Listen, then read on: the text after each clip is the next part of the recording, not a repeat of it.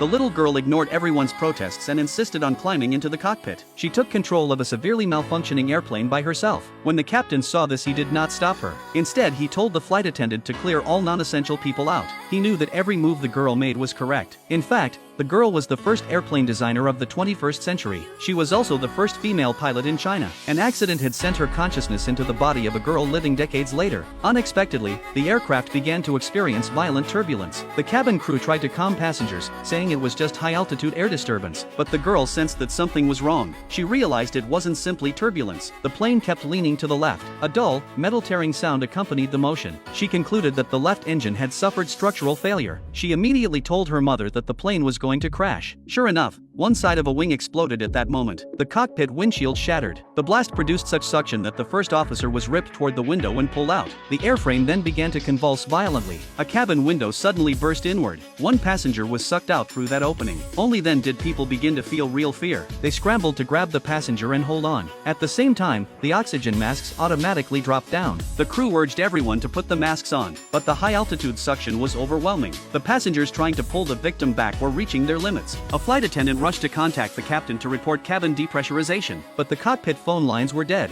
Seeing this, the girl ran to the cockpit door. She tried to knock, but there was no response from inside. The girl confirmed the captain was incapacitated. They had to use the emergency override code to open the cockpit immediately. The cabin crew hesitated, afraid of breaking protocol. The girl challenged them.